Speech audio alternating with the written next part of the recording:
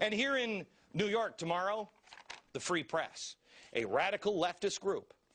Their goal is not free press or faster internet speeds. No, no, no. Robert McChesney, the founder, wants to destroy capitalism. They're having a little powwow tomorrow. Here's what he said in the past.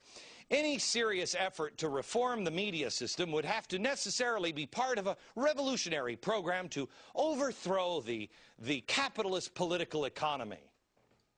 Uh-oh. Says there's no real answer but to remove brick by brick the capitalist system itself, rebuilding the entire society on socialist principles. This isn't going well, is it? We need to do whatever we can to limit capitalist propaganda, regulate it, minimalize it, and perhaps even eliminate it. What was it the president was saying just on Saturday? Oh, yeah. It's confusing. It's hard to know. So Free Press wants to take over, wants the government to take over the media. No, I don't want to just say that myself. I want you to hear it from them themselves. The government take over the media. What if instead we took a few thousand AmeriCorps jobs and gave them to news-gathering organizations? What if we just took AmeriCorps and just took it and had them just take over? The irony in front of the Free Press banner. Boy, somebody should read the Federalist Papers. What was it, number 10? McChesney also called for the government to bail out and take over the media in an opinion piece that ran in the Washington Post. The FCC also says they are marching forward, but a boot on your throat, announcing plans to make internet companies a public utility. Free Press just happens to have one of its former people sitting, where is he? Right here, FCC chairman. Guess who's an assistant? Former member of Free Press, now at the FCC. This is weird, because they're for net neutrality. The court shot that one down, but they're going to make it a public utility now. I know we can trust all these organizations now. We're getting the truth. I'll give you some more of that truth next. Coming of age in a 24/7 media environment that bombards us with all kinds of content and exposes us to all kinds of arguments, some of which don't always rank that high on the truth meter. And with iPods and iPads and Xboxes and PlayStations, none of which I know how to work,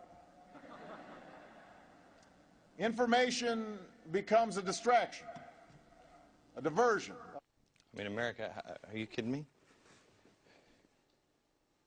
Really?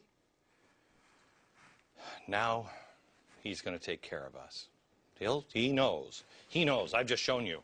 These are trustworthy, POTUS approved. PBS, Washington Post, MSNBC with GE and SEIU and Apollo Alliance and AFL-CIO and AmeriCorps and the Huffington Post and Free Press with PBS. It's great. It's great. But I'm engaging in falsehoods. It's weird because I get a lot of the things that we do, I get the video that they've posted themselves before they scrub them clean off the internet. I guess they can't scrub as fast as we find them saying things. And then they have to make it sound like we're doing evil rumors, even though it's usually them. No one else is engaged in confusing the American public except for this network, talk radio, and the internet. So now the president wants to regulate the internet to help control all the misinformation out there. He's going to do it with net neutrality. Well, the court said no.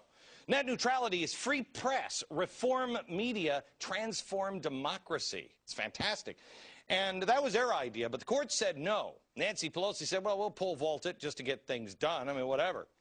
So now what they're doing is the FCC is just they're going to make it a public utility, the internet. Where are you, America, without the internet?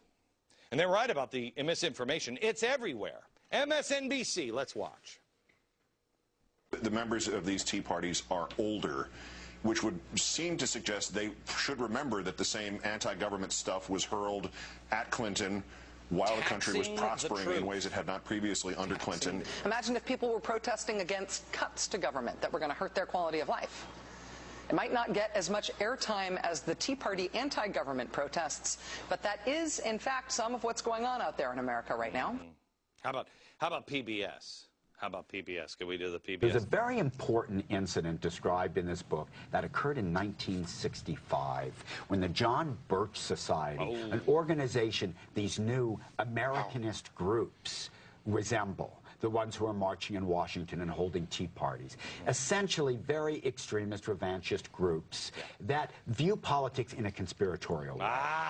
Okay. Thank you, Bill Moyers, for that. Extremists, conspiratorial, anti-government radicals. You know what's weird is somebody took the time in the last couple of weeks. I can't even imagine how much time it took to go through all of the transcripts of this show and then compare my words to the words of Adolf Hitler in Mein Kampf. Who has that kind of time? Especially in this booming economy. Who has that? You might have seen the report on the liberal blog site, The Daily Kos. But where did this actually come from? It's weird. George Soros, Media Matters. It's so, I knew so. It took a lot of money to do that and time. By the way, have you seen the story about how my ratings are dropping? The week that this came out, we were #1 in entire cable all week. Yeah, I mean, Bill O'Reilly did take a vacation, so hats off to Bill. Take a few more, will you? One of those nasty rumors. Look at that. There it is. I actually saw this on in the LA Times. You know where it came from first? Isn't that strange? There's also these internet postings that I've lost like 70,000 sponsors, companies that haven't even been formed yet, stopping advertising on this show. You could read them all about, read about those all the time on the Huffington Post and yes, Media Matters. Media Matters, which is that George Soros, leftist, socialist, kind of all of these people rolled up into one. That's weird. Mr. President, I think you might be onto something. And lastly, a strange thing happened on Facebook or Twitter page this weekend. After months and years of this never happening to me, my fans have suddenly started posting racist things.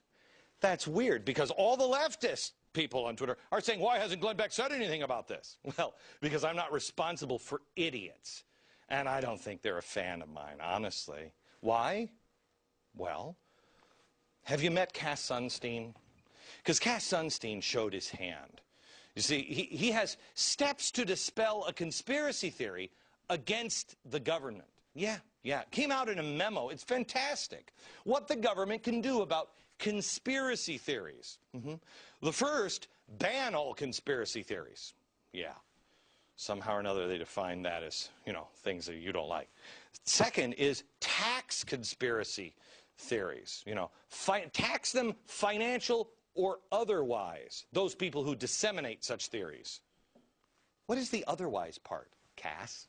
Then they say that the government themselves may engage in counterspeech, marshaling arguments to discredit conspiracy theories. Why discredit them?